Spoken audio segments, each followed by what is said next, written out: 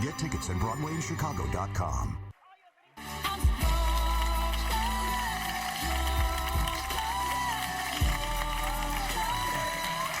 Does your teen suffer from anxiety, stress, and depression? Well, our next guest is a parenting expert who's got a new book, Parenting the New Teen in the Age of Anxiety. He's going to help us all out right now. Please welcome Dr. John Duffy. Hi, Dr. John. Thanks, guys. Thanks for having me.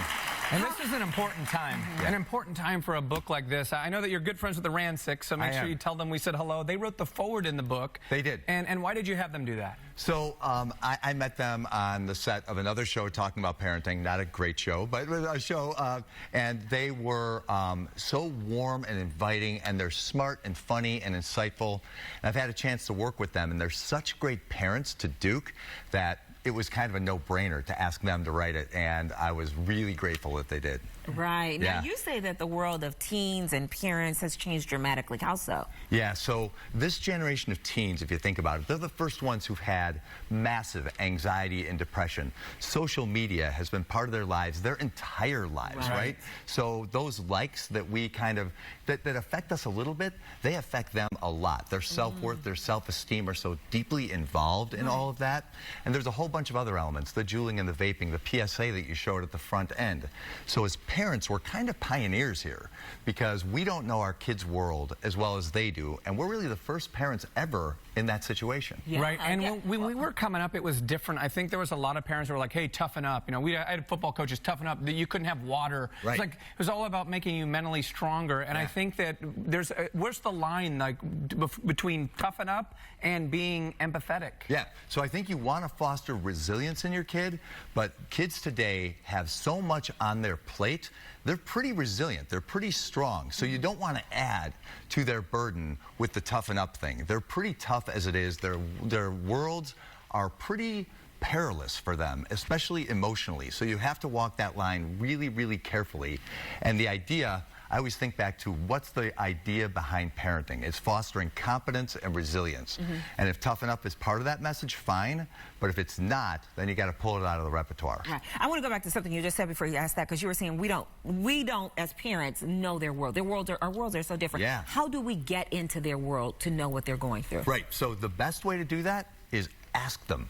So kids are really, really effective teachers. So if you say, tell me how Snapchat works, I always get a kick out of the fact that parents have no idea. What's Visco? What else is going on? Tell me what vaping is. You know what I mean? Is it pot or is it nicotine?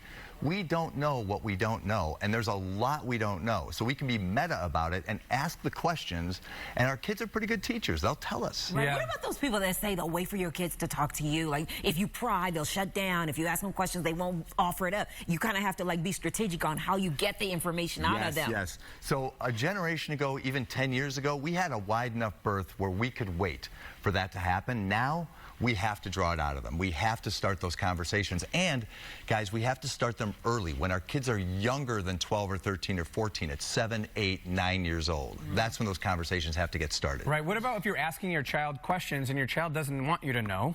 Right. Right? They don't want you to know about Snapchat. That's the whole reason why the thing disappears. Right, of course. In 10 seconds. Exactly. So how do you respect their privacy but still be in the know? Yeah, you want to be really meta about that. So wait, do kids have privacy?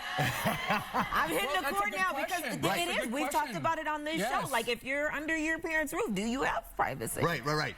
Well, here's the metric for that.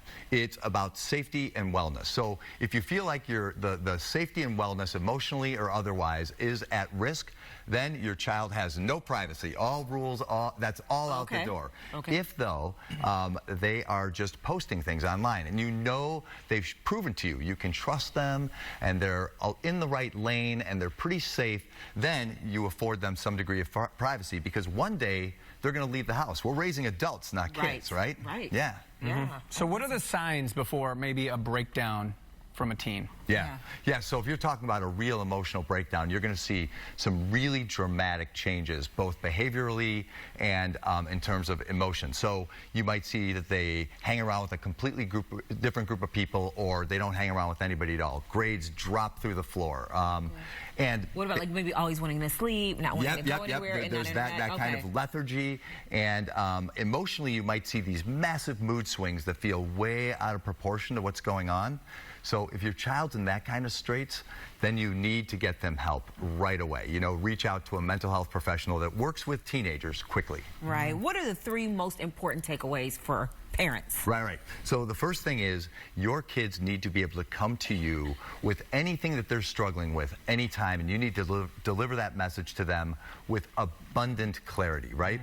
The other thing is you need to know something about what's going on in the world of teenagers today. You can't come in with a blank slate and expect that your child is going to inform you. And to your point, there's some things they're going to omit if you leave it to that, right? And finally, your stuff, your fear, your judgment, your ego, there's no place for that in this. Your kid can't handle their anxiety and your anxiety at the same time. I know you're speaking at a lot of schools. Is there one thing that you seem to see over and over again? Yeah, I see a disconnect between parents and kids, a massive disconnect where kids feel like my parents just don't get it, and parents feel like, geez, you're just trying to challenge my parenting acumen. And so if we can dispel some of those myths and connect, it's really, really important that we kind of collaborate our way through adolescence with them.